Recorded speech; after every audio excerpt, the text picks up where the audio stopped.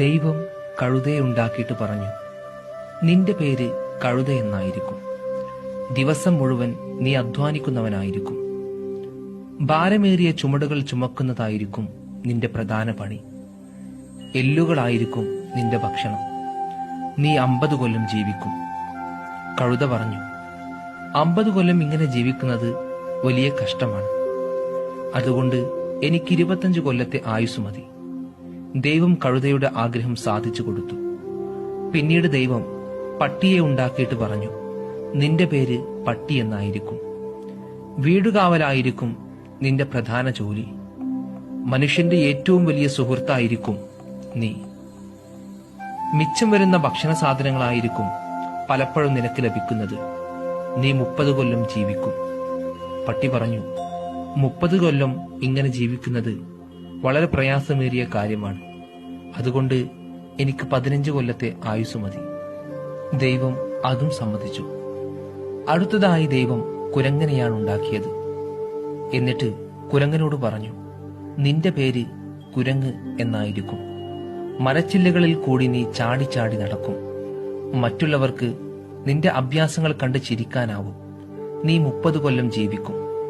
കുരങ്ങ് പറഞ്ഞു, 30 കൊല്ലം എന്നത് 15 കൊല്ലമായി ചുരുക്കിത്തരാൻ ദയവുണ്ടാവണം.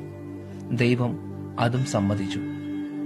അവസാനം ദൈവം മനുഷ്യനെ സൃഷ്ടിച്ചുകൊണ്ട് പറഞ്ഞു, നിന്റെ പേര് മനുഷ്യൻ എന്നായിരിക്കും. ഭൂമിയിലെ ഏറ്റവും ബുദ്ധിയുള്ള ജീവിയായിരിക്കും നീ. നീ എല്ലാ മൃഗങ്ങളെയും നിന്റെ ആവശ്യത്തിന് വേണ്ടി ഉപയോഗിക്കും. നീ ഭൂമിയിലെ സകല ജീവജാലങ്ങളെയും ഭരിക്കുന്നവനായിരിക്കും. അങ്ങനെ നീ 25 കൊല്ലം ജീവിക്കും.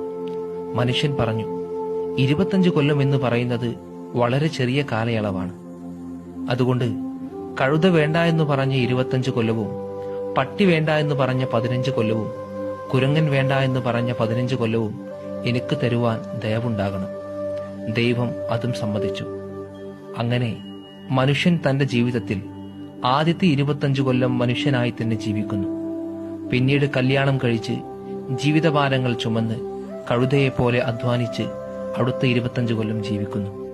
പിന്നീട് 15 കൊല്ലം മക്കളെ കല്യാണം കഴിപ്പിച്ചു കൊടുത്ത് പട്ടിയെപ്പോലെ വീട്ടുകാവൽക്കാരനായി കിട്ടുന്ന ഭക്ഷണത്തിൽ തൃപ്തിപ്പെട്ട് ജീവിക്കുന്നു. അവസാനത്തെ 15 കൊല്ലം കുരങ്ങൻ ഒരു മരത്തിൽ നിന്ന് ചാടി മറ്റൊരു മരത്തിൽ കയറുന്നത് പോലെ ഒരു മകന്റെ വീട്ടിൽ നിന്ന് വേറൊരു മകന്റെയോ മകളുടെയോ വീട്ടിലേക്ക് മാറിക്കൊണ്ടിരിക്കുകയും പേരക്കുട്ടികളെ രസിപ്പിക്കാനായി ഓരോ വിദ്യകളും അഭ്യാസങ്ങളും കാട്ടി കഴിച്ചുകൂട്ടുകയും ചെയ്യുന്നു.